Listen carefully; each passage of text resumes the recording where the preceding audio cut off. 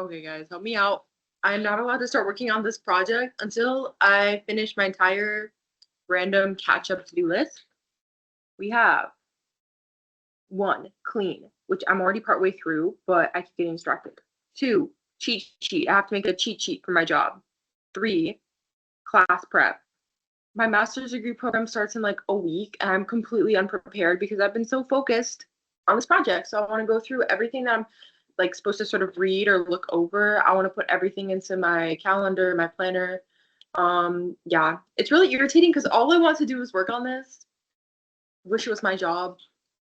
Wish it was my everything, but unfortunately it's not. So we have to attend to regular life. And then four, which I already did, is call my boss. So we had a conversation about everything. So let's go. Until I finish that list, I can't work on this project, even though it's all I want to do.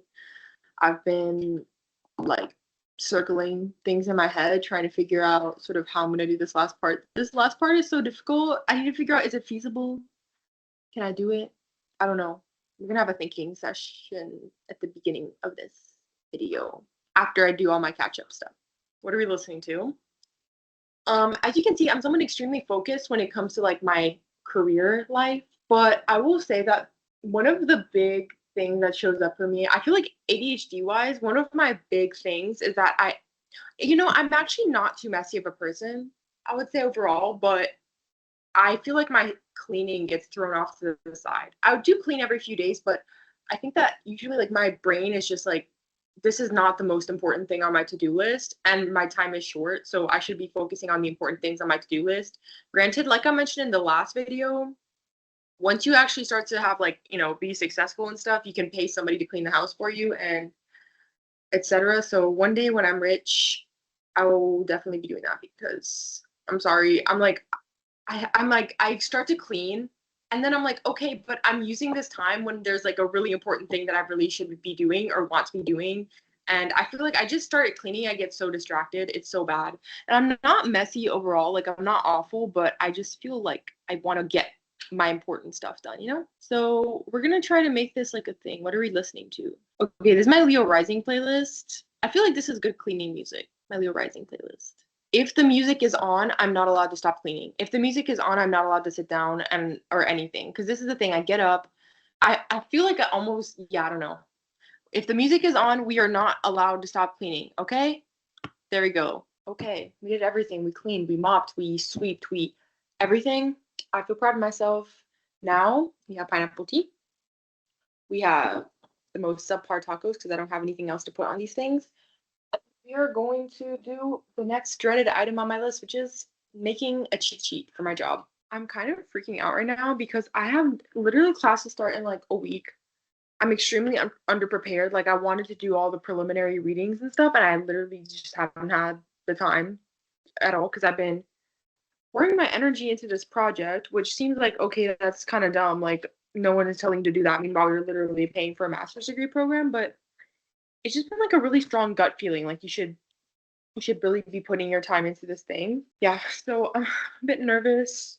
I've been trying to tell myself it's going to be fine because I was only able to basically get into a program that's a conversion psychology program. So basically for people who have never studied psychology before, but there's like some purpose to them studying psychology or if they want to switch or whatever, so they go into a program to teach them like the basics, but I'm trying to remind myself that I'm doing an insanely complex project in psychology right now. I've literally read over 60 texts. I'm building a computational model from nothing. And I was also a research assistant for 2 years, and I've already written an undergraduate thesis. I've been trying to remind myself these things because I'm like, okay, like not gonna be as bad as you think. I also already took an intro to stats class that I didn't fully get to finish. It was like an online course, but yeah, I don't know. I'm trying to tell myself like, okay, you're gonna be fine. Don't freak out, and like that's okay. It's good because then I got more time to devote to this project. But I'm just nervous because I don't know. Also, it's been like I feel like the statistics stuff. Just I learned it in kind of the midst of like just stress of trying to finish it, and I'm like, what if it's literally an intro to statistics class, which I've already started twice, unfortunately. in other situations. I started one in school. I had to drop out right at the end because of mental health. I started this online one that I got almost to the end, and then I got really busy with this project actually, so I didn't get to fully finish the course. So I know the basics of stats, but I just feel like I looked at it and I was like, oh my God, I don't remember these terms. Like, am I gonna suck? And my visa hasn't gotten in here yet. I'm really nervous about that. So I'm just sort of freaking out. Like, I hope I'm prepared, but I'm actually hoping I'm over prepared a little bit. I want this course to still be challenging. I want to learn. I want to learn from my peers. I want to learn from my professors, but I also feel like I really poured my heart and soul into what I just did in this project, and I want to sort of have the time to keep fleshing that out, maybe go to some conferences. And yeah, so I actually was like kind of happy that I got into a program that wasn't like, it doesn't have, for example, some other programs here are like 2-year programs with placements and all these things where you go and you have a job. Mine is not that. It's just 2 days a week of classes in psychology, like lectures. I have an empirical project, which is like a long term, like a year-long project, but I've been already doing this crazy project. So I'm like, I really hope I'm over prepared so then I don't feel bad for like not really being like, okay, I'm gonna get my money's worth and really read all the preliminary readings and stuff. So I don't know.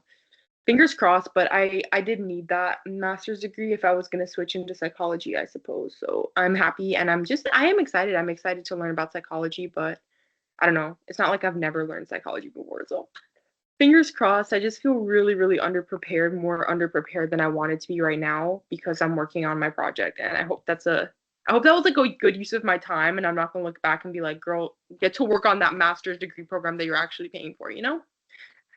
So I'm just gonna put everything into my planner and everything. And yeah, just hoping for the best and hoping I don't suck. All right, here we go. We're jumping back into trying to figure out that amygdala tagging thing.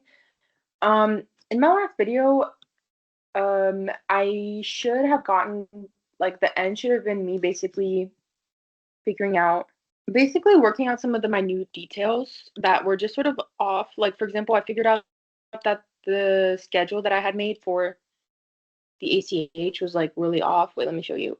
Look at that. And then I fixed it so that it's more accurate, which is a good thing because it's more accurate, but it also just brought up a lot more questions for me, I think. And yeah, I don't know. It brought up a lot of questions, and it also is going to change how I basically am going to have to figure this thing out because I think I have to basically fix that ACH.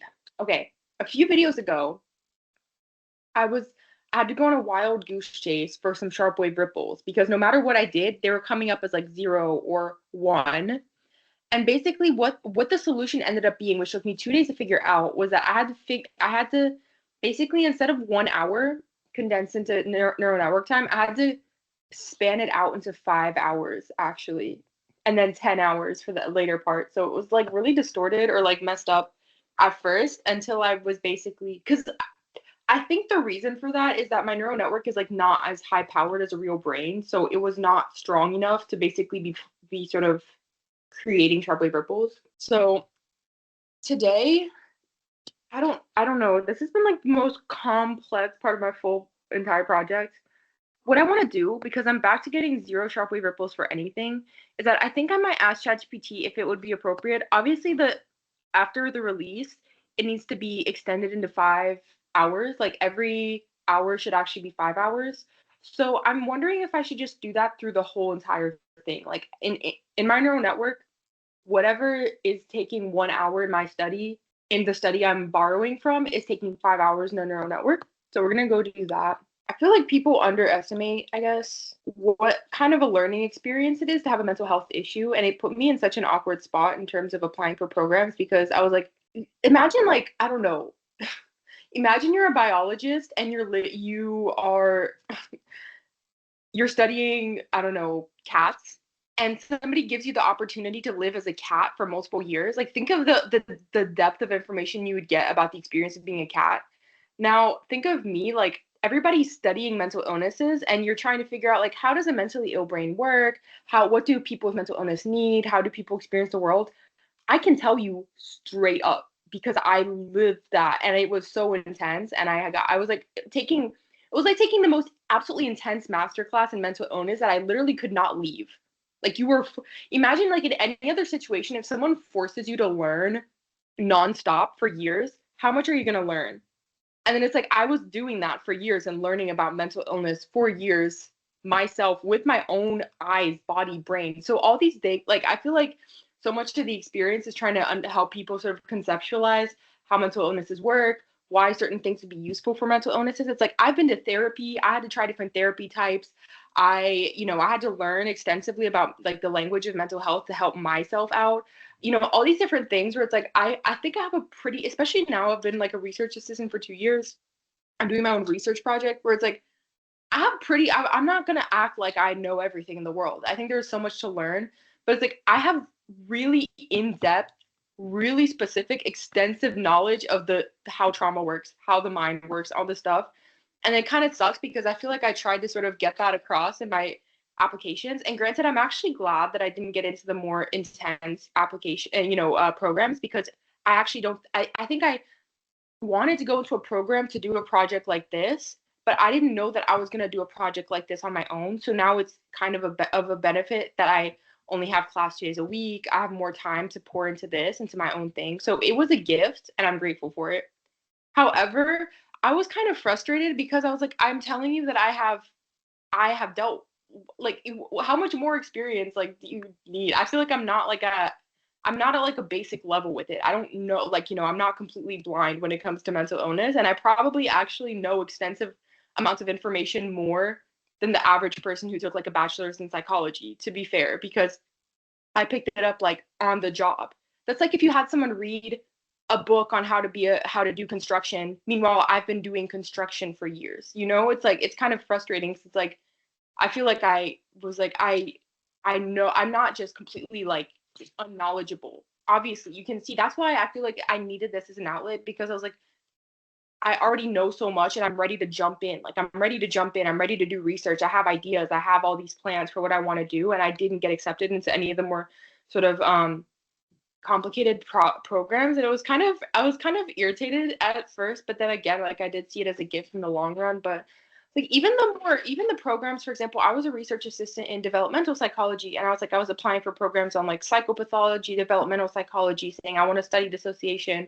I was just getting rejected. I was like I I have like I have like a PhD in being mentally ill essentially because I was so mentally ill and I'm still here. And it's like it sucks. It's like I can't get that to translate to schools and like I feel like we need to really value that more or see that more as like the learning experience that it is. Like it's not just a nothing thing. Like I saw it's like people like in schools now they sort of like, oh, I'm going to give you a VR headset and you're going to see what it's like to have this disorder, or you're going to see what it's like to be this thing. It's like I had that for years nonstop and I could not leave it. Like I was forcibly taught what it was like to live.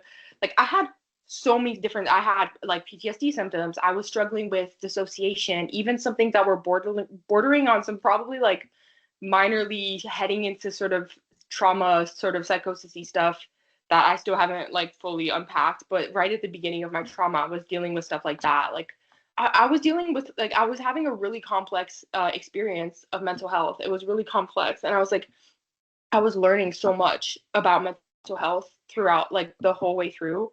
And yeah, I'm lucky. Now I feel healthy. I feel good. Like I feel pretty clear headed. And obviously, I'm still working through my mental health, but you can see how powerfully this is translated into knowledge. And yeah, it's just really frustrating where it's like I have like, you know, my journals are like a notebook of somebody who's been studying psychology for years because I have to unpack myself that way. And it's just, yeah, it's like a bit irritating to feel like my experience isn't really translating into a program, or it's like now I'm sort of in a spot where I'm like, I feel like I could be in a little bit of a higher spot in terms of school wise. But again, I just did my own thing. So I was like, whatever, anyways. But yeah, it's kind of like, okay, I can't get into the programs on psychopathology and developmental psychology, but I had a severely, I was struggling with psychopathology myself in the most intensive ways. Like, you know what I mean? It's like, okay, that's cool, I suppose. I feel like they need to start making special degree programs that are like lived experience degree programs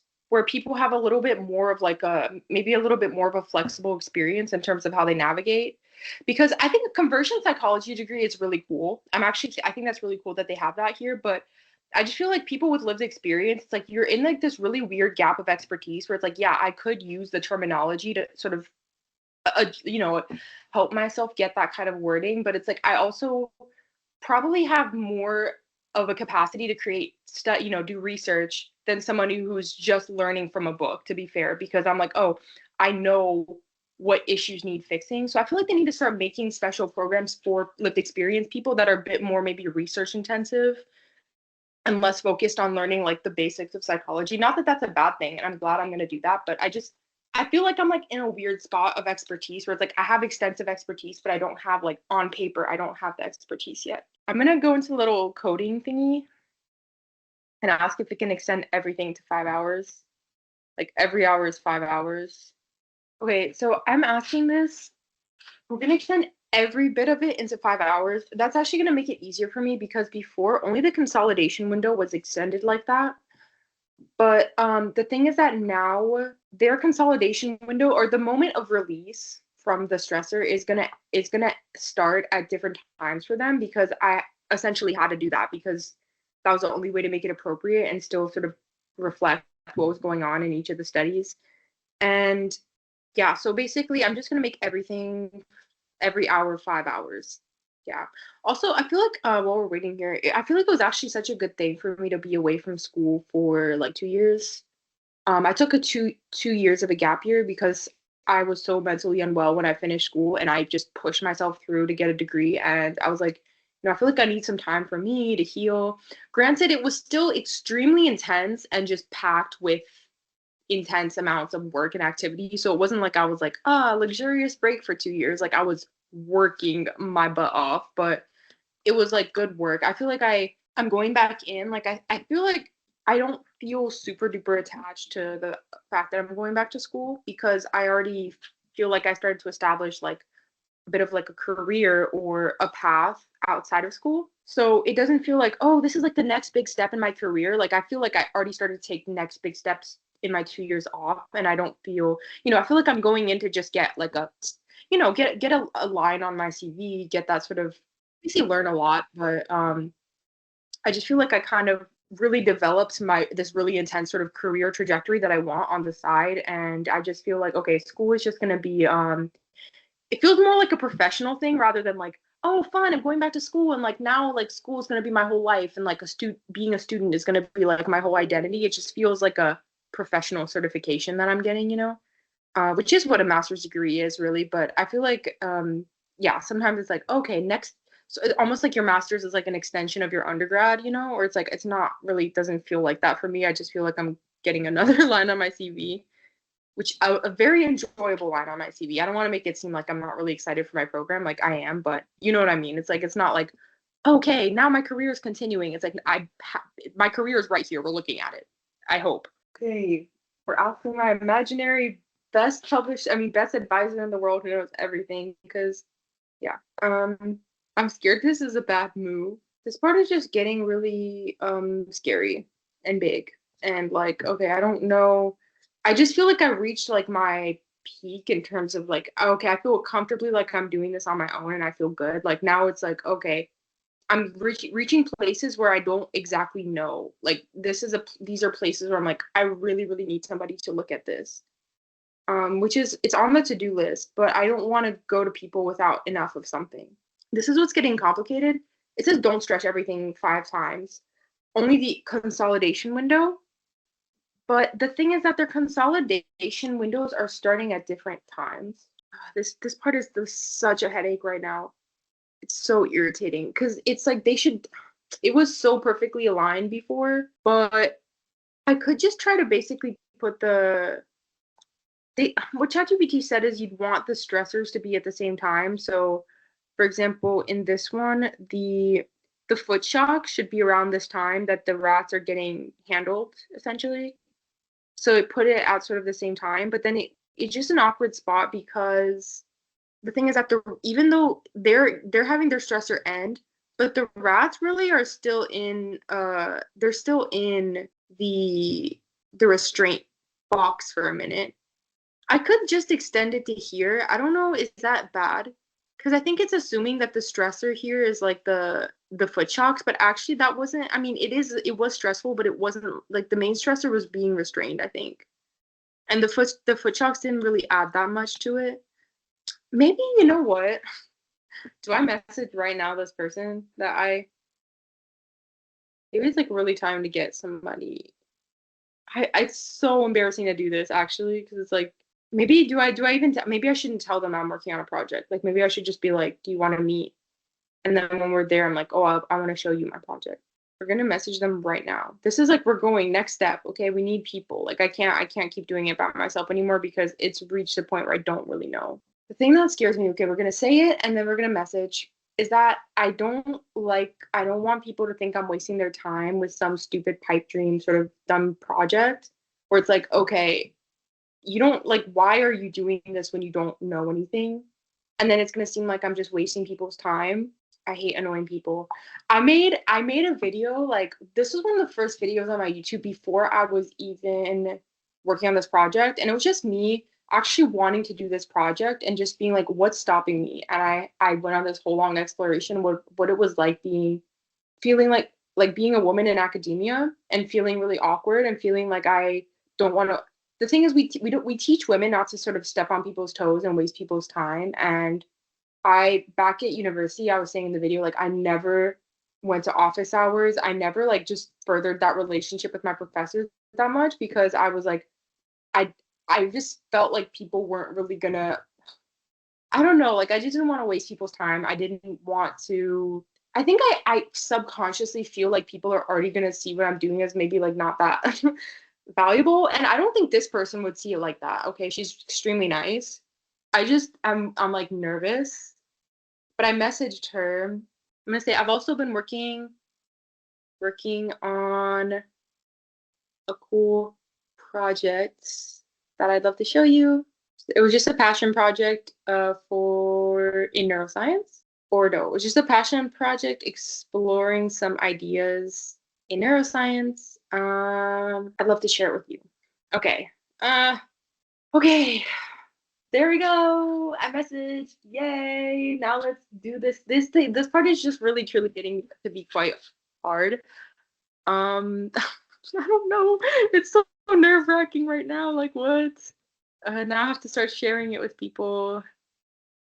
Okay, ChatGPT is stumped too. This is just so awkward and annoying now because it's like they're different things. I don't want to change it up too much from the original like project. Let's see, like what can I think? What if I just extend this part to the end? Like, does it matter that much? Because there's no stressor here at all, anyways. You know what I mean? So, and in theory, they should the moment of release. Okay, you know what? We're gonna put it to the end because this is just an awkward timing, and then it makes it really awkward to consolidate the windows. You get me? Okay, this is actually I showed this project to one other person in my life who's a psychiatrist. And I don't know, we had an interesting conversation about it, but I don't know, she didn't have that much to say, I would say. I was just like, you know what, let me show you something. But yeah, I don't know. It wasn't even fully like fleshed out at that point too. I was already doing like these little models, but that's it. So it's about to be what the second person. Well, I showed it to some of my friends, but they were just like, "Good job." Like, what else are you gonna say? They're not gonna be like, "Well, I think you should extend the consolidation window out to the end and all." You know, so it's like, thanks for the. You know what I mean? It's like, what am I supposed to say or do? I don't know.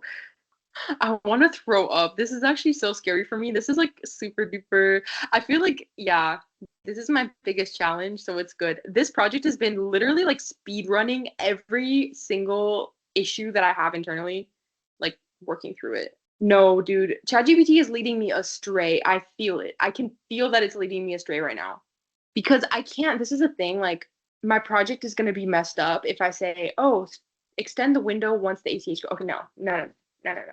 I'm gonna like write this whole entire thing on all these route studies that I've read, and it's basically gonna be going into all the sort of details of okay, well, some of them have like these chronic stress rats. For example, there's some rats that have had stress for in the last study, I mean, in the last video, I was talking about rats that were having like 5 days a week, 2 hours of stress or something, and they had like the ACH was thrown off there. So I'm just gonna make a long extent, like sort of a long case for the stress that comes from that longer trauma or that the inescapable trauma.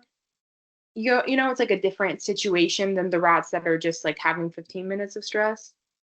I think that's how I'm gonna frame it. I don't know.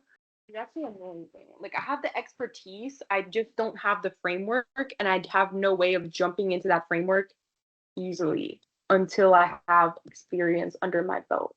That's like, for example, in London, you can't get a coffee shop job without having a year's worth of barista experience. But how are you supposed to get barista experience for a year if nobody will hire you without the experience? It's like one of those situations where it's like, okay, like I could probably do this just fine, but like there's just like random sort of experience things that are like stopping you from doing something that you could most definitely do easily and well. I've been a bit uninspired too. Yesterday I went out and I was having like a stress situation. It's funny because the more I've seen this, like I've done my study, I'm like, oh, no, I'm right. Like there's no way this is not accurate. Like this has got to be right. And I feel like I walk around and it helps me. Like now when I'm out, I'm like, oh, this is why you're having this stress response where you leave the house, you're extremely overstimulated. Like, all these I almost like I was walking around yesterday and I was having that response as I walked around and I was seeing these little like graphs in my head. Like I was like, oh, like I was almost imagining how like, okay, I went out and oh, the noise is really loud and like all this stuff. And it's like, okay, I was already probably at like a baseline level of higher stress from just from being me and from processing and all this stuff. Cause I've been having this like sort of freeze mode sort of states the last few days and it's been really hard for me to work. So I've been just powering through, but basically I went out yesterday. I was in that mode, but I needed to go get food, so I went to the grocery store, and then everything was overstimulating, and I was seeing like almost like I was seeing myself like, okay, I was probably already like here, and then I went out, and it was like this, and then it was like this, and you know what I mean? I was like seeing that in my head, and I was like, oh, and it's been actually helping me to sort of understand why I'm having that response. Like, okay, now you're outside and there's a lot of things to learn. You probably had that learning chemical already going up, and now you're out and there's more information for you to learn and it's overwhelming. And because you're in that state of high arousal now, like you know what I mean? I was like seeing it like that and it was really helping me. And then at least to know what was happening or to have a visual instead of being like, why am I just feeling like SHIT right now? And yeah, but I sat down for a while and I was trying to sort of think what to do for the arousal tagging, not arousal tagging, like what's it called again?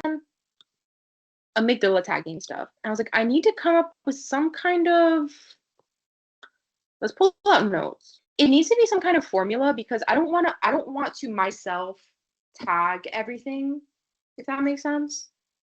Because if I don't want to create something extremely artificial. Like I want to give the computer some room to prove the theory if it's right, and if not, it won't.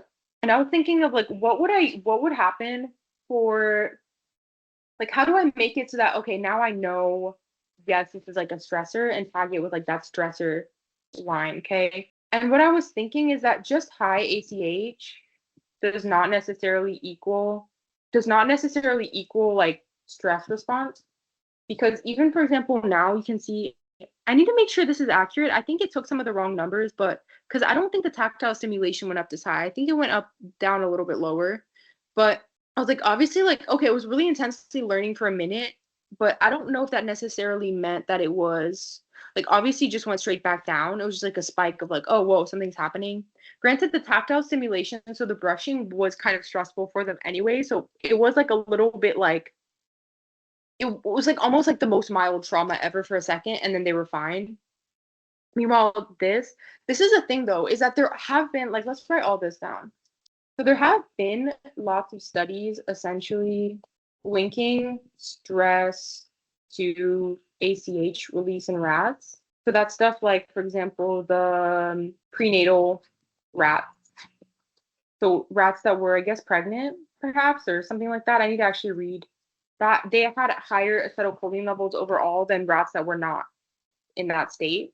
Okay, so there is that connection. Then again, what one of the studies said was that novelty does equal stress to a certain degree when it comes to rats, because you want to be in like a normal baseline level.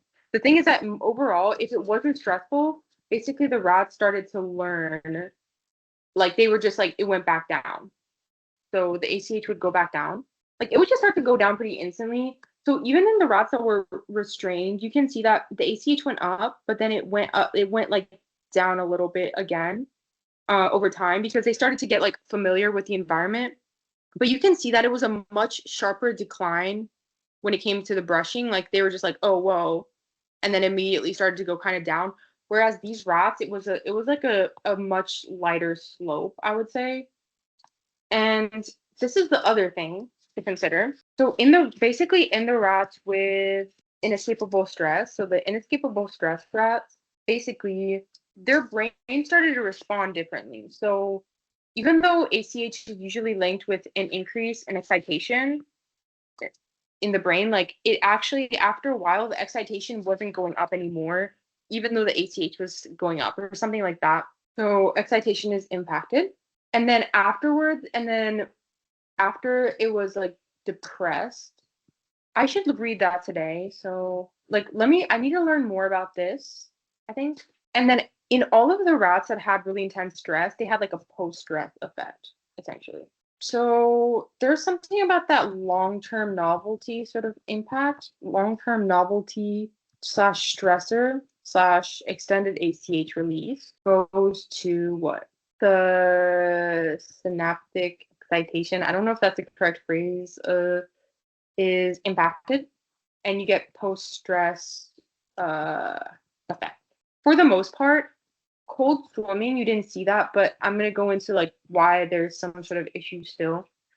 That was actually, I think, a limitation of the studies rather than necessarily like, it wasn't that definitely didn't happen. It's just that there was no way of accurately recording is one reason, I think. Like they were not doing microdialysis. I don't think I spelled that right. Oh wait, I did. They're not using microdialysis. However, they did. I'm actually writing it right now. It's kind of cool. Like this is kind of the framework here. However, they did see overall ACH increase, which is why sort of in the long run there was a decrease. So there's something about extended ACH release equals changes in excitation. I should see, for example, like what cell would that be in? What cell is having that impact? Pyramidal cells? Is that the one that does excitation? Look at me learning terms. I think wait, yes, pyramidal cells. Wait, let's think. Or is it that they start to, no, I think it's because they actually start to get inhibited more, or more inhibition from, I think it was, if I'm remembering correctly, it was more inhibition from stress chemicals, maybe. So that's like a paper to read right there. We're gonna just deep dive into this today, actually. So I could say something like this. Once that effect starts, then you like trigger this effect, something like this, trigger this effect where I'm gonna say the source. We're always gonna make it the source just for this the what's the word? The sake of my project. So the source is more likely to get encoded and other things less likely. What do you think? Did I do it? Is this getting close? I think that's pretty close, isn't it? I think that should be the formula. If it starts to get into that stress impact, like that stress effect, then narrow in on the stressor source, and then that should change the way that it's binded. Yes? Did I do it? Oh my gosh, I'm proud of myself. I think it's going to be something like this. This took so much thinking. I swear, this took so much thinking. This took me going out and being an inescapable stress rat yesterday and just being like, what's happening in my head? What's going on with me? How does this extend into my project? I think my project was stressor too, to be honest with you. I think it's going to be that, personally. Doesn't that seem so neat, so clean, so good? I think so. But then again, I do want to make sure that in that moment, I could also just make it once it gets to a certain ACH amount. Okay, maybe I didn't do it. These are like the options, okay? These are different options. Option 1. It could be a mix too. If it stays high, then keep doing it. Something like that, right? Oh my gosh, wait. I'm kind of cooking right now. I feel like I'm kind of doing it. Not to use AAVE. I've actually been trying to cut it out of my vocabulary because I know that it people have expressed they don't like it. Okay. So to borrow other people's terminology, I think I'm cooking a little bit right now. Anyways, option two, okay, option two is basically like once it gets to a certain ACH amount, once it gets into like high ACH, basically narrow, like the source is going to be, source is more important. You know what? Actually, that's not even a horrible like obviously this is really like this is really bare bones. Oops. Like it could be infinitely more complex, but it's kind of like a preliminary study kind of situation, right? I don't know. High ACH means whatever because that's how it would be. Like if you're learning, the point of the learning is that the most important thing is like more likely to get learned. So it could be that once that high ACH is high, that's more important. But the thing is that for this one, it stays pretty high for most of it. Like for example, the moment that they got into the maybe after it gets like past 1.6 is probably really memorable. Because for example, okay, let's say the rats are like they just get into the restraint tube for the high stress, the inescapable stress rats. Basically, they just got into the restraint tube. So that's going to be super memorable. And then they probably aren't going to remember as much the like 15, 30 minutes they were there because they all kind of blurs together. Like, oh, yeah, because it's novelty, right? Novelty is like value, like high value. And so then once it starts to get kind of, once that's they're in there a while, it's probably not as memorable. However, for most of that time, they're still in that period. And then once it gets, they're gonna probably remember this period of time like a lot again. And then I think I'm starting to get there. Like I think this is actually the direction and I'm doing a good job. And then here's the thing though, it probably needs to be a mix of that, right? I'm really processing a lot right now. Like I'm processing very heavily. I've had a lot of randomly massive breakthroughs on a really high stress walk to that Sainsbury's near my house. Like I have had so many breakthroughs. Like that area is like my like brain center. Like I was up there and one time when I was like I was in this I was literally same thing in that same high stress mindset where my whole body feels severely impacted and I feel like I can't make anything calm down. And then like it'll be like pop. Like I was in the grocery store, I was like, oh my God, I can't breathe. Like I feel like this, like I'm like, I feel severely impacted. And I was in the Sainsbury's, I was buying myself a snack, and then it was like pop. I feel like sharp wave ripples are really important for consciousness because this and this and this and that. I was there when I thought that the first time. I had this whole long thought process that once I feel calmer, I need to write it down about the sharp wave ripples. I was saying that I feel like sharp wave ripples.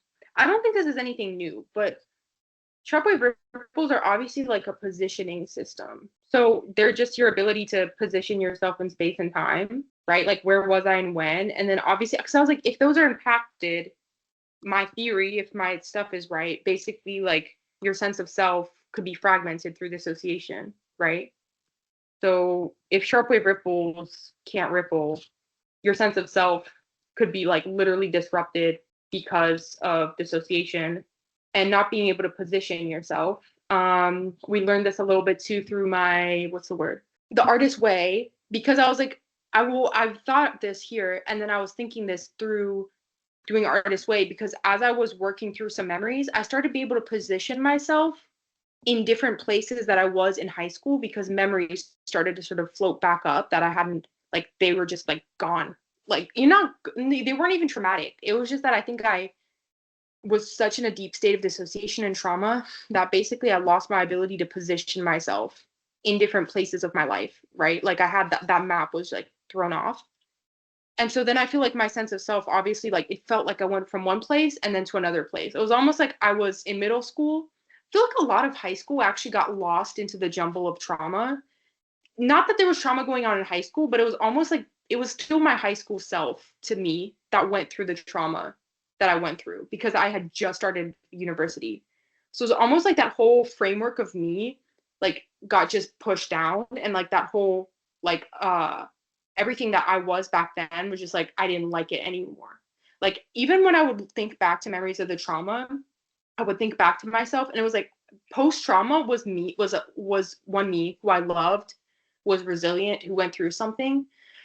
And then me, who was actually was going through the trauma, was someone else, someone horrible, someone who like deserved bad things to happen to them, somebody shameful. Like I didn't see it as me. I saw it as like a different me, who I literally didn't feel like it was the same me, which is how like theory of structural dissociation kind of says, I mean, that's how they explain it, right? That you get these sort of parts of you, right?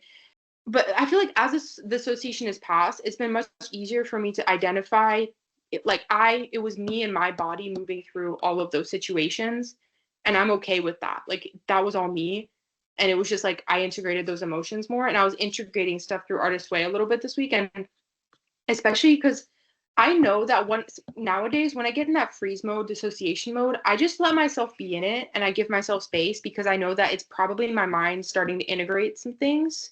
If I give myself space and if I give myself gentleness through that freeze mode and through that dissociation, I usually, like, as I leave it, I start to have like really strong emotions. I'm crying. I'm like, now I feel much better. I have a breakthrough, stuff like that, where instead of being like, oh no, I need to get up and do something, right? So I've been having that this week, and through that sort of, it was all like this motion of one day. It was like, okay, I was freezing. I went to the store. I sat for a long time in a park. I had this sort of thought process about this project. I went home. I cried a bunch about some emotions and things, all this stuff, right? So it was like this whole movement of situations. And I don't know. I was thinking a lot about sharp wave ripples in that sense of like that's all of those, your position in the world and your sense of where you were consolidated. And I had an earlier video in the series where I was talking about how I feel like consciousness is basically your ability to position yourself in space and time with like this integrated notion of yourself. And I was like, I wonder if you need your body for that, because I feel like you need to sort of position yourself in the world. But I actually feel like sharp wave ripples are a way of positioning yourself in the world as well. Like knowing where that container of you was in each and every time and being able to integrate that into a usable format through, the sharp wave ripples are like the source, right? Of like, okay, if you can't integrate that, your consciousness is stuck in certain spots because you need to consolidate it. And once you consolidate it, you can integrate it into you, right? Even Pierre Genet, I think that was his name. He was one of the first people to define dissociation. I'm really I'm in my expert era right now. I feel like I'm really like becoming an expert, like remembering all the stuff. Okay. Pierre Genet, I think that was his name. He basically was one of the first people to define dissociation, and his whole definition was basically oriented around the fact that people had gone through trauma, and because of that, they couldn't integrate certain elements of themselves, which was so correct. And then we strayed far from that and said, no, it's social suggestibility, all this stuff. It's like, okay, that first dude who said it in like the 1900s, he was like straight up, I was like, he's so right. Okay. He said it from the beginning. And yeah, it was all about your ability to integrate things into yourself. And I feel like consolidation is like integration, right? I feel like consolidation is kind of this similar thing as is like a similar thing to integration, because you can consolidate it into your framework of yourself. And I was even thinking about like reconsolidation, because sometimes I feel like I have fragments come up, but like they replay for a minute, but then they're kind of lost again for like a really long time. So I was like, maybe something can integrate, but it's too arousing. I don't know if I'm going to try to include this in my paper. Like basically too arousing, and then it can't come back up. Like too arousing to basically be reconsolidated. So maybe it replays, but then it can't replay again. Like replays but can't replay again. So I really feel like that's so central to consciousness. And I was thinking that the same Sainsbury's in that high stress mentality. I was like, I definitely think that's so I feel like like our framework of I and what is I feel like it's basically just like this positioning system, right? It's like a container. Again, I talked about that in my consciousness thing. I was like, I feel like I is a container, and it's like this box of things, of integrated things about yourself. And yeah, I feel like sharp wave ripples and like, play cells and stuff, they're basically integrating all of the pieces of the container. And if you can't integrate all the pieces of the container, well, then you don't feel like one eye. You don't feel like one consciousness, right? And if you can't even if you can't even integrate things at all from the sharp wave ripples, like you can't, like that's you're literally not conscious of it until like until it can, if the memories can start to replay things, you literally are not conscious of what is happening. So replay is also really central. No androids, boo androids, let's never do it, but I do think that that's probably really central. But no androids allowed, okay? No, this is not Iron Man, okay? This is not the Avengers. No androids. But that was my theory that I thought of at Sainsbury's. After I thought that, I did actually go look up to see what other animals have sharp wave ripples, because I was like, maybe that's really central. And I'm gonna show you, because I needed to know. I was like, wait, I needed to know if my cat has any semblance of it, because I need to believe that she loves me and she knows that she's her. I definitely also, I don't know. Yeah, I feel like that whole entire unit, or like that whole entire circuit of things occurring, is probably really, really central to like our sense of self. And ooh, what's today? Should we learn? Uh, is this just some stupid advertisement for AI? Girl, get out of my face. No. Okay. I was actually excited, thinking today was some kind of special day, but it wasn't. That's cool. I've obviously, like, that can't be the full picture. Like there's got to be like a lot more to it. But I feel like that's your way of getting a narrative of yourself. I feel like the sensation of having a subjective experience of the world is like your ability to pull together a narrative of yourself and where you were and when, and the fact that you are one creature moving through the world. I feel like if you can't see where you were moving through the world, like you can't really say like, oh, you have no consciousness of it, you know? Obviously rats have them. It said a lot of mammals. I looked up to see if cats have them, and it said yes, which made me think my cat has some semblance of some kind of subjective experience to consolidate.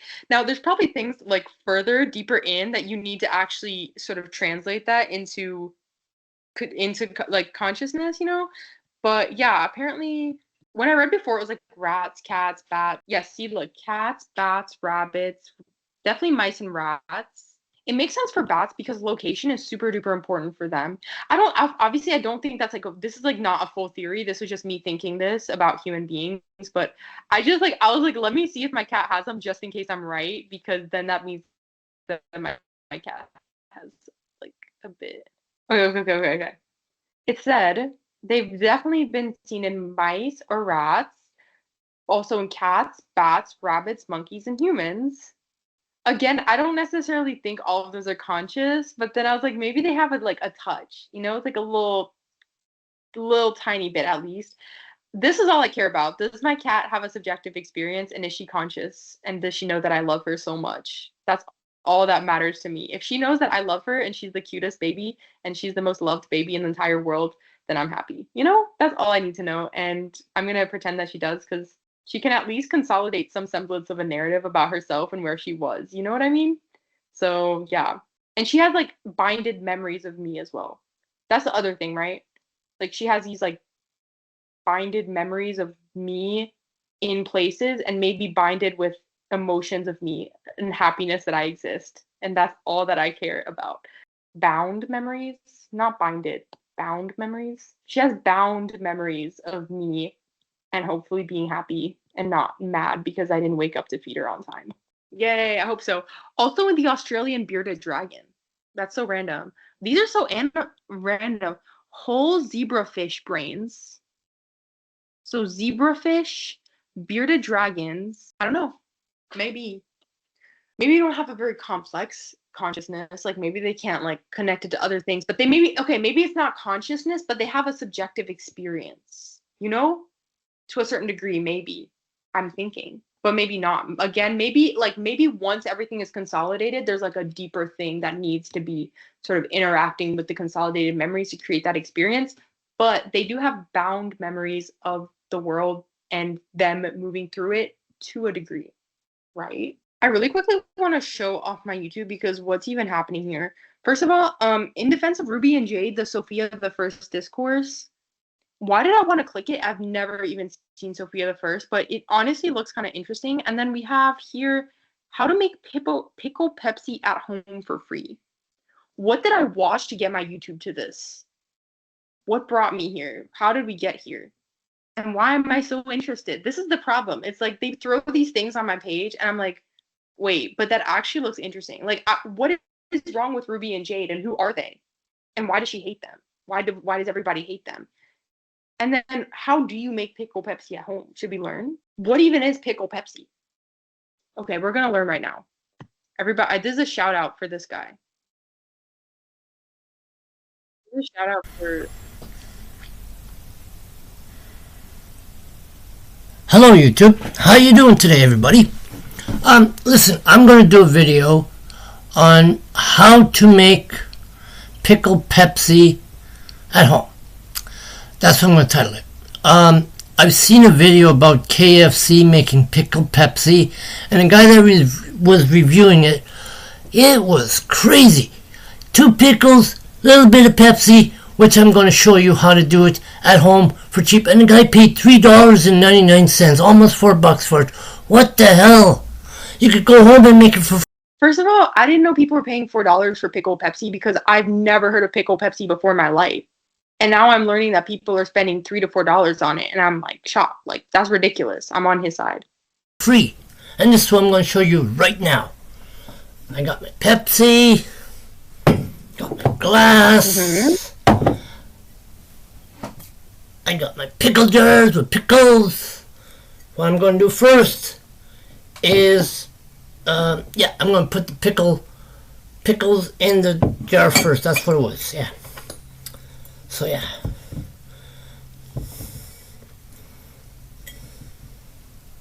There's one.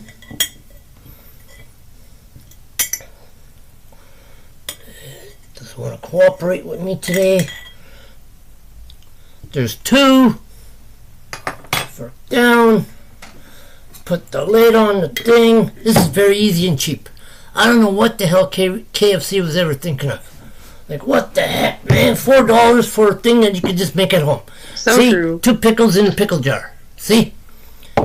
Cheap and easy. What the hell, man? And Pepsi. Open it up. Oh, yes, I forgot one thing. Pickle brine. Right.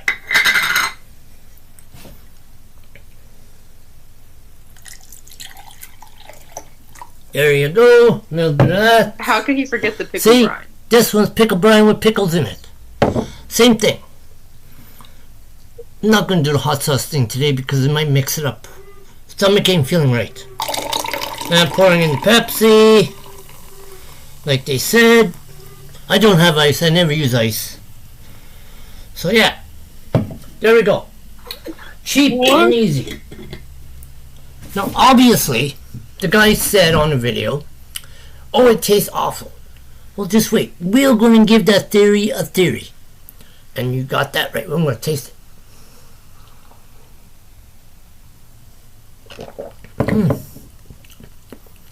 You know what? The guy was wrong. It tastes very darn good. It does. I mean, I like it. I mean, the taste is so sweet. Buttery. Because I'm using butter pickles. Yeah, it's very good. I like it. Well, that's good. If anybody wanted to know how to make pickle Pepsi at home for free, like you learn now, should you do it? I don't know. Do people like it? AI could never recreate this, seriously. Well, highly recommend this man's channel. This is the first time I've interacted with it. Look at that. No description, no nothing. And yet he's got 400,000 views. That's how you know it's a good video. Everybody, if you wanted to know how to make pickle Pepsi at home for free, I highly recommend this man's account. We're about 10 minutes into a very fascinating video on Sophia the First right now. And I'm considering essentially finding another study on acetylcholine that just has a mild situation that goes on for the same length of time as the restraint one. But it's just a very complicated thing to figure out what to do right now because I mean, I feel like that's probably like a better thing to do. That's just gonna take me looking through like a lot of papers, I think. But I think it'll be maybe a neater comparison, I would assume. The only because that's the thing is that if I'm gonna basically they were getting tail shocks for 15 minutes. If I'm gonna compare it with the tail shocks, like okay, they're getting 15 minutes of tail shocks, but then they're also getting 15 minutes of brushing. I could do that, right? But it kind of takes a, I don't know, then I have to sort of reshuffle it around. I just don't know what to do. This is like kind of hard section to understand how to navigate that well. Um Obviously I was using that paper to begin with because actually the original researchers on inescapable stress basically compared their stuff to that one. Like they were like in this study with mild stressor, they found this amount or something like that. And that's why I was using theirs because they compared their own to that one. So I thought maybe that makes it for a good comparison. But let me ask, I'm going to ask my pretend advisor here if you think those are two good studies to compare in the first place. Again, I think the more I go through the study, the less comfortable I felt using ChatGPT. Even though ChatGPT isn't good at like coding, for example, but like, does it really know? I'm kind of shocked I'm here right now. This is pretty shocking. This is something I can't make up the numbers for at all because there's like these what's the word like intricacies to it where for example obviously like the medium group even though the stressor was a medium stressor the acetylcholine went higher than on the other ones because like I don't know why but so for example like it would just be too much for me to try to make up a comparison group I think because I might miss something like that where like it doesn't work as neatly as you would expect like just because something's really stressful doesn't mean the ACH went higher than in a group that had a medium arousal, you know? You know, kind of sucks because there's one study that would have been perfect actually to put in a neural network, which was that one where there was like three different groups. One of them was like 20 minutes, one of them was an hour, and one of them was 2 days. And they had different numbers. But the thing is, again, that group did not use that microdialysis. So I don't know like the sort of what happened after their stressor ended. Like did it just go right back down? You know, stuff like that. That's an important part for me. I don't know. I actually started feeling in my gut after the whole conversation about the sharp-wave ripples. I started feeling in my gut like, no, this is gonna get published. This is gonna get published. I just have to make sure it's good, but it's gonna get published. I felt it in my heart. 'Cause I feel like I have somewhere to be. Do you know what I mean? Like my whole entire intuition is telling me like I have somewhere to be with this information. I need to be somewhere with this information. You know, so it's like if you have somewhere to be, like the world is gonna take you to that place. It's almost I'm not gonna explain this that well, but it's almost like potential energy, or I don't know how to put it, but it's like it's almost like shaking up a jar of bees or something, and the bees are like freaking out. It's like that's not the best way to put it, but it's like when you're creating so much intense energy, like you have somewhere to be, you know? Like it can't just sit there. It has to sort of go somewhere. And I feel like I've created so much energy in the last 2 years that this has grown so much. It's like I have somewhere to be. I don't know where that place is yet, but I have somewhere to be. So I will get published. Okay, let's ask all this to my advisor. It doesn't really feel that far off. It's just that I have to start making important decisions, and the important decisions are scary. What I think would be cool for like a lived experience, like university program. This is just me imagining stuff while my ChatGPT is loading, but it'd be kind of cool if they had a program where basically they had people with certain kinds of lived experience. Like, I think for me, what I noticed, I was like, I feel really ready. Obviously, you should learn the terminology about what you're doing, but I feel like it would be cool if it was sort of a little bit more free flowy with more of like a like a research component to it. Like you go in sort of with a research project that you do over like a year, 2 years, whatever. And then that research could be sort of oriented around your lived experience. But then I don't know. Actually, I have no idea. I'm not a freaking education person, but I was just trying to imagine like what kind of program would have liked to do. So I was like, I feel ready to jump into research and wanting to do research and wanting to learn and etc. I mean, not everyone wants to do research, but I was like, I feel ready to jump into research about what I'm doing because I have extensive experience in it. But it's like I don't necessarily feel that educated on, for example, or like I do feel educated, but I could learn more about things that are outside of my scope, obviously. or obviously even about the scope of whatever it is I'm doing. Like I would love to learn more about trauma or, I don't know, just there's different things I would love to still learn more about, but I was like, but I also do have a lot of experience in what I'm learning. So I was like, you got to be somewhere in the middle, but it'd be kind of cool. I know I've seen people have opportunities for people with lived experiences, like job opportunities, like to be in like mental health care, to be, what's the word, like a mentor, something like that. But I haven't seen a special university program. And I think that'd be pretty cool, particularly for masters, less for bachelors, because I think it's like kind of mentally tolling for an undergraduate. It's like a bit much because it's like you want to get, I don't know. But I feel like once you're an adult, once you have a lived experience as an adult, you've sat with it in an adult way. It's like you get more information. Okay, so it actually also said that I could align to release. I do think that it's not really that bad because that's kind of the point, isn't it? It's like it's a mild stressor because they were just facing it for 15 minutes versus the inescapable stress rats literally could not escape. Okay, the reviewer is good because it helps me to sort of understand how I'm going to argue. So, for example, they'll ask whether differences are due to duration, protocol details, whatever. Okay, for duration, I actually don't know. I guess I could say, how am I going to tackle that? Well, again, I mentioned already that I had all these different papers that had extended stressors, and in those extended stressors, there were certain tendencies of the ACH. So mm, I don't know, actually. Well, it was the inescapableness that made it stressful, Like if they were just in a box for 15 minutes and then they left, it probably wouldn't be that stressful, but it's the fact that they couldn't leave the box for like an hour and they were like, "Oh my God, I'm trapped here forever." Versus I'm just getting brushed. Like if they had put the rats in the box and then had them leave immediately, like, oh, I can't tell you with certainty, but they probably wouldn't be that like freaked out about it. I actually do think that there was another study that had that exact thing happen. Let's see, we're gonna copy paste this, and I'm just gonna sort of we're gonna say all the different things to mention. I think the main thing to do is do a lot of comparison with other rat studies. I also want to mention like a lot that post stress sort of release is like a big thing, I guess. I feel like there's a lot of issues right now. Protocol details, restraint tube itself increases arousal, where brushing may include handling habituation. If I could find a study where the rats are very briefly restrained, it would not be a bad thing. I'm gonna mention that as like a limitation, I guess, a little bit.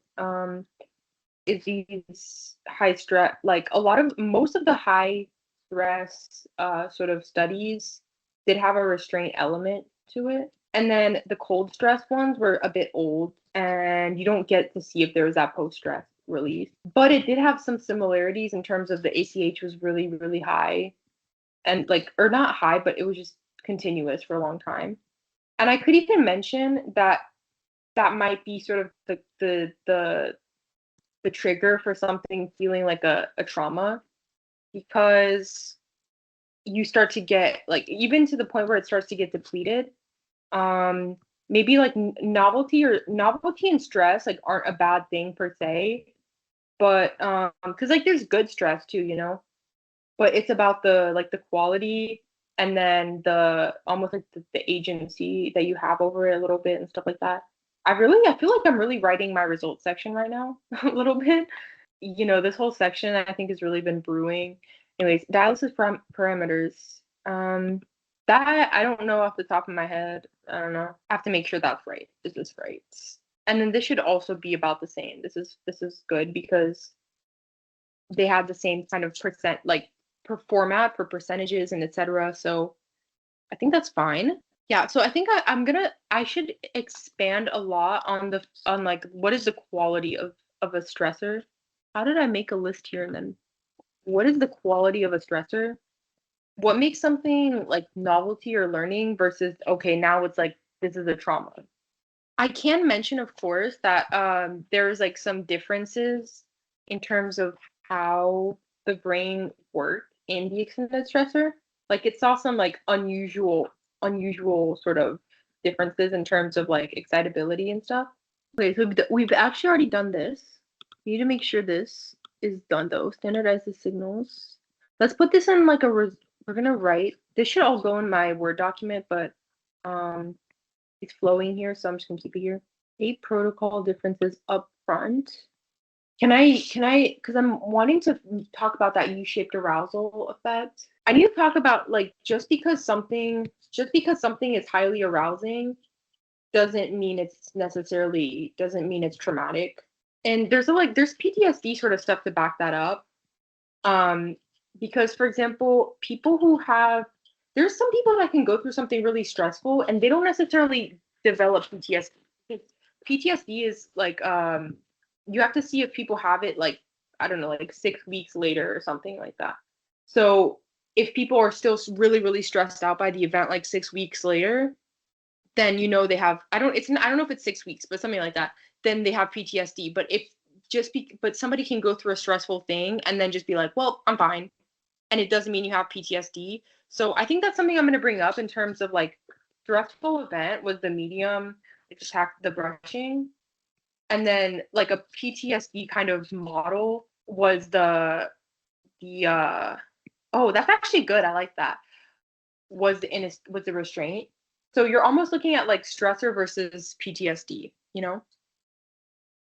And then sensitivity analysis in the model.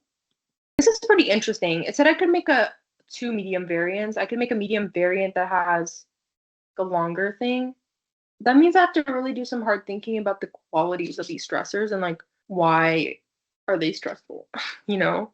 This is really hard right now, actually. I'll think about this. Use conditional metrics. Compare sharp wave ripple routes conditioned. One of the big things I want to mention in my intro, this is literally just my full paper, actually. Now I'm just writing it actually genuinely. Okay. One of my big things I want to mention in my paper in like the intro section is the importance of timing and delayed timing as an element of traumatic experience. So there's multiple studies, for example, talking about like one of the big things I've said before that sort of separates out basically the fantasy model versus the trauma model is basically that the fantasy model doesn't really account for why it is that dissociation sort of fades over time. Or yeah. And then there's also that whole thing about arousal and how sometimes people can maybe immediately not remember something, but then later remember something better. I'll talk about in another situation. And then, like I said, then I can talk about PTSD as well, like I said, and how PTSD, like it the difficult thing is that you're still stressed later. You know what I mean? Like the stress doesn't necessarily fade. That's what makes it like an illness. Even it's almost even the same with dissociation, like to a certain degree. The more you get into sort of the structural dissociation stuff, basically the bad part is that a lot of times like people will have like paratraumatic dissociation in the trauma, but then over time the dissociation like diminishes significantly over the next few days of the trauma. But the thing about structural dissociation is that it doesn't mean like you don't get better, but the problematic part is that you're still dissociating like later, which then again, I guess this is the fantasy model people are saying to a degree, but they're extending it too far. That's the thing with the fantasy model people that like obviously like I completely don't agree with that at all, except maybe there's some minute cases where people are confabulating stuff, but I would say that like overall dissociation is most definitely real, I think. But the thing is that if they just said like dissociation is like a only experience in the aftermath of trauma, and for people that have it like way later, like then it's fake or something, like okay. But they just like they kind of discredit the entire connection of dissociation and trauma, and like that's their downfall, because I'm like, then it doesn't really make that much sense at all. Like, you know what I mean? Like a lot of people across the board who experience trauma will have dissociation heavily over the next few days of their trauma and then it goes away. But it's like they kind of just shot themselves in the foot with that, where it's like, okay, if you're gonna pick on people with really long-term dissociation, okay, still not good. But it's like, okay, then you have this thing of like, well, then the trauma could just, then it could just be confabulation because they always think they're dissociating. But it's like you just went for everybody. So then that's where you shot yourself in the foot logic wise, because a lot of people just have it for a bit and then it fades, and you don't really account for that at all. So it's like doesn't make sense anymore, you know? So that's on them. That's a logic issue there, but I don't know. So yeah, but yeah, I think timing is just like a really, really crucial. Timing is a big part of what makes something a trauma or not, I guess. I am gonna also mention, I'll find a way to squeeze this in, that usually things consolidate into long-term memory. And that's also a really heavy, like a timed process, usually. So that's another big reason why, like, when there's a trauma, it's like, whoa, what the heck? And I am going to mention most definitely that I think there's a connection there as well, even though it's like beyond the scope of my paper to look at long-term memory. And maybe I will briefly mention reconsolidation. I don't know. I definitely like maybe when I'm mentioning I think I have to talk about how does memory work in the first place. And like talk about, like, for example, memory traces, and then consolidation, and then reconsolidation, and then over time it goes into long-term memory. And from there we also have to account for the fact that we talk about hippocampus, hippocampal lesions, showing like why the hippocampus is important for like those earlier stages of memory. Whoa, this is crazy. I'm actually writing it. What? This is insane. Um, I have to send the mental picture. Remember, that's my theme. I have to send the mental picture to my past self. Like, no, you're literally writing it right now. Okay. Okay, past self got it. Now she knows to come here. Do you know what I mean? That's what I'm saying. That's why I know I have to go somewhere with this, because my future self is sending me the picture that I'm somewhere with this, you know? So it's like that's why I'm like, no, this has to happen. That's my magical like little story way of thinking of the world. It just makes me feel happy. I don't know. It's just like my happy little story that I have, that like, no, your future self is telling you that you're somewhere, and like that's why you feel so called to go to that place, you know? That's my little like story. Anyways, hippocampal lesions, why the hippocampus is important for early. So yeah, like timing is like the big theme. It's funny because usually with yeah, I don't know. I feel like usually there's like a big theme or whatever to like a humanities paper where it's like this is like the underarching like sort of thing that you're analyzing. So I don't know if it's people feel that way when they're writing scientific articles, but I feel like time is the theme of my article, and timing. And sharp wave ripples. Then we have to go into the sharp wave ripples. Sharp wave ripples are also precisely timed. And that means that we're gonna have to talk about neuromodulators. When it comes to the fantasy model stuff, so they did read quite a bit about it. I am gonna like overall, I'm gonna talk about the controversy that exists, and I'm gonna talk about. I'm probably just gonna give a very brief summary of like each model and like how they sort of like play off of each other.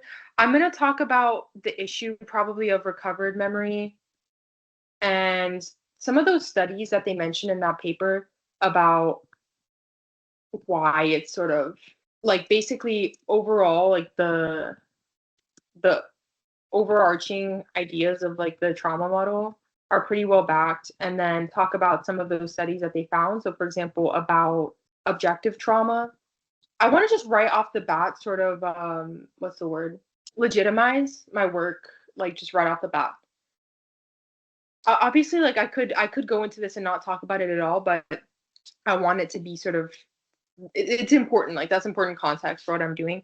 So objective trauma, like that whole section was, I think, really telling. And then the thing about recovered memories, like some people with recovered memories actually have like are even less likely, or like less likely to get memories confused in certain contexts. And I'm not going to ignore like the other side. I'm going to explain the fantasy model, but I don't, that would take going into like a lot of random sort of, I don't know. We'll see how, I don't know how I'm going to frame it fully, but this is, I think, what I'm going to be talking about.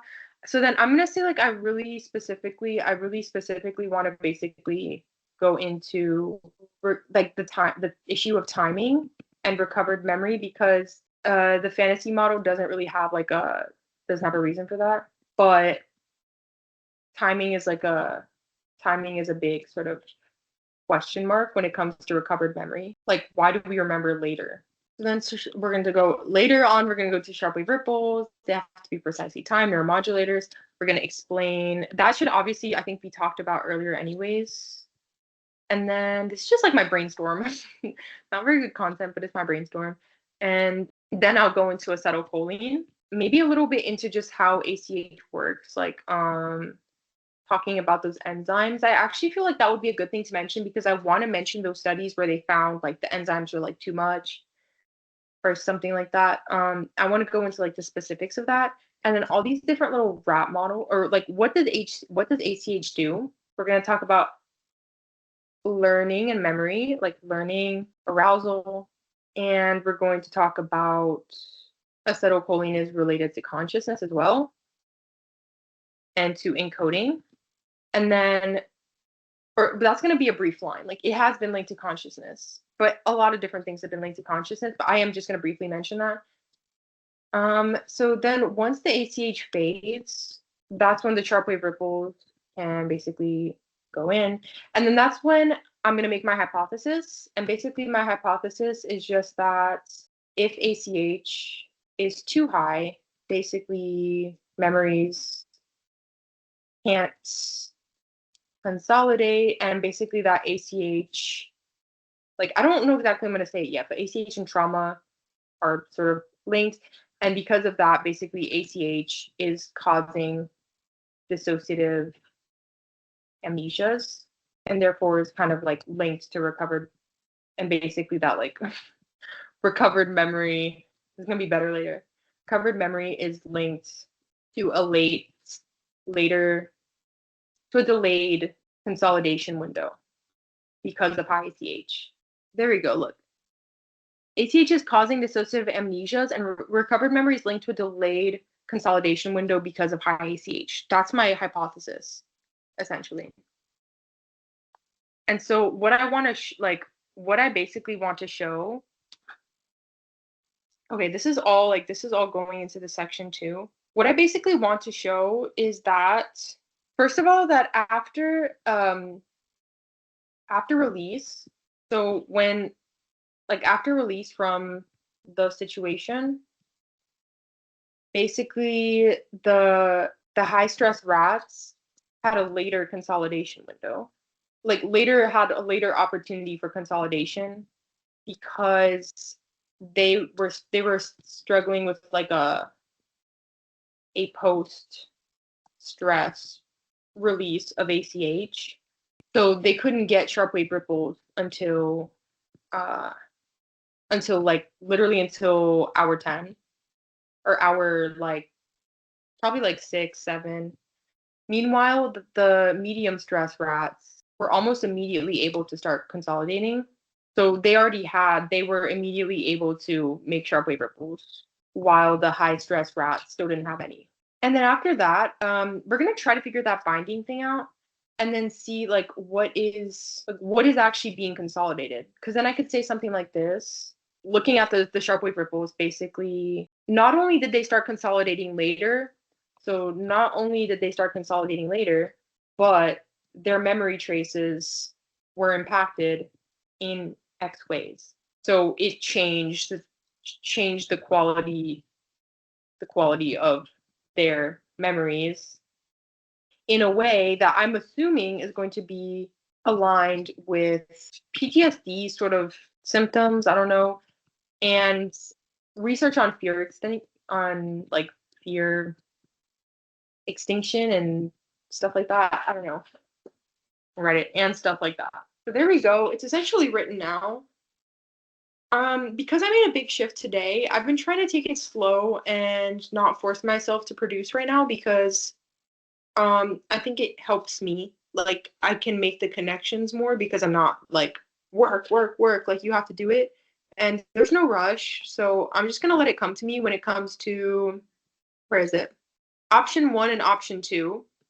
I think it's going to be a combination, but I don't fully know yet what that combination is going to look like. So obviously, I think if the ACH gets above a certain level, like the source should be really like a little bit more encoded. But then once that effect starts, if the effects goes on for like a really long time, that should also have an impact based on what I've read from the study. I think it's going to be something like that. So, okay, we're done for now. I did a few hours of work. So this has been interesting. We learned about pickle Pepsi and Sophia the first, and we learned about arousal and we learned about memory. And I messaged somebody who hopefully will respond to me to look at this. If not, the universe didn't want it to be that way and wanted me to suffer through this alone. So, okay, that's all I have to say. Go make pickle Pepsi today.